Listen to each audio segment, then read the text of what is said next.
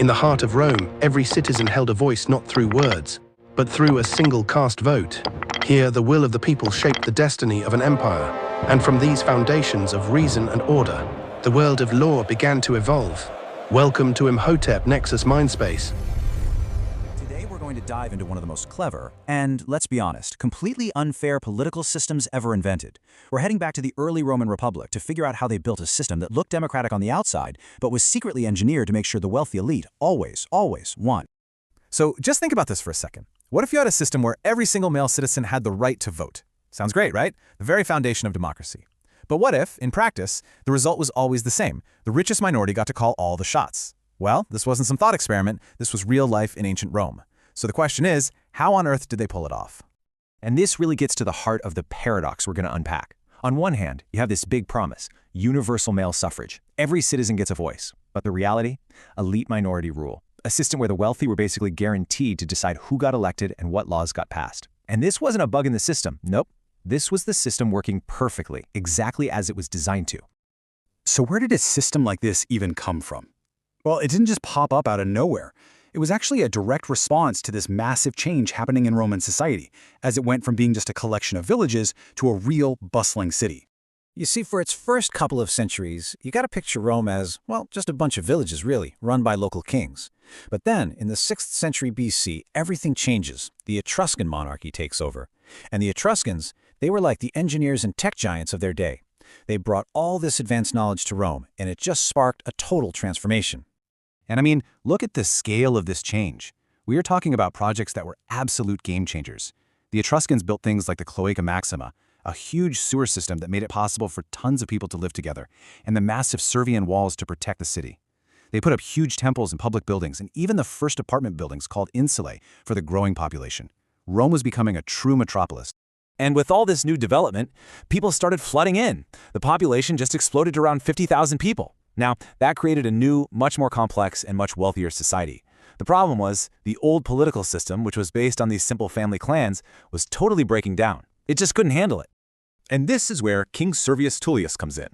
He looks around and he sees this new Rome. It's bigger, it's richer, it's way more complicated, and he knows it needs a whole new political playbook. So he comes up with a radical new citizen assembly, one built for this new age. He called it the Comitia Centuriata. And here is the absolutely revolutionary part. It completely threw out the old rules. It didn't matter what powerful family you were from or what neighborhood you lived in. All that mattered now were two things: how much money you had and your role in the army. That's it. A total game changer. And make no mistake, this new assembly had all the real power. I mean, it elected the top officials, it passed or shot down every single law, and it even acted as the jury in life or death court cases. So the bottom line is simple. If you controlled the vote in the Comitia Centuriata, you controlled Rome. Period.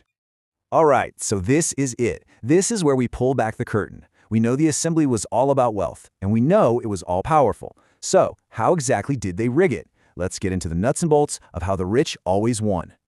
So let's say you're a regular Roman citizen. Here's how it would go for you. First, every 5 years, you'd go to the census and declare everything you own. Based on your total wealth, they'd slot you into one of 5 economic classes.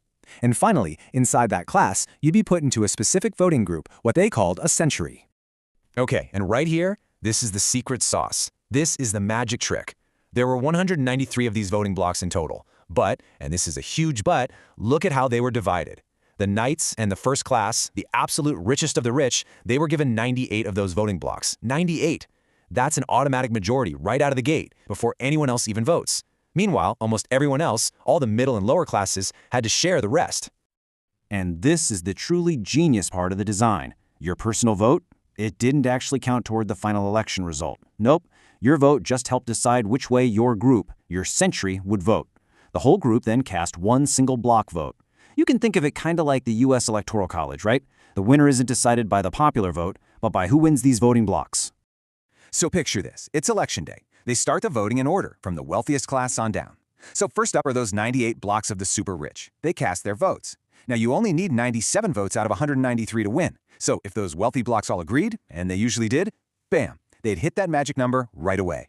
And the second that happened, the election was over. They literally just stopped the voting. If you were in a poorer class, you could have waited all day just to be told to go home, without ever getting a chance to vote. So what's the big lesson here? This whole Roman setup is a masterclass in the difference between what a democracy looks like on paper and where the power actually lies in reality. It all boils down to this idea of formal versus substantive democracy. See, formal democracy is just about having the right to vote. It's written down, it's official.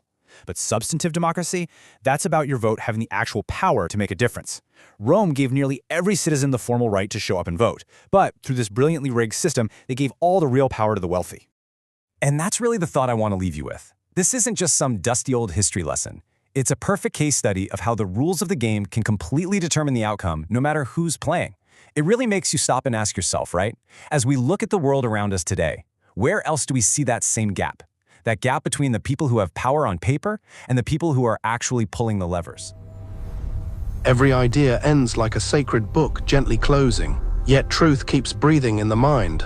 The journey doesn't stop here. Wisdom always has another chapter. Next, we dive deeper, exploring the balance between justice, truth, and law. Step into Justitia Veritae Diritto, Prospectiva Hermeneutica, where reason meets revelation. If this journey spoke to your mind, don't let it fade. Hit subscribe. Drop your ideas below and share this with someone who loves to think deeply. Every voice helps build the Imhotep Nexus Mindspace, where thought becomes legacy.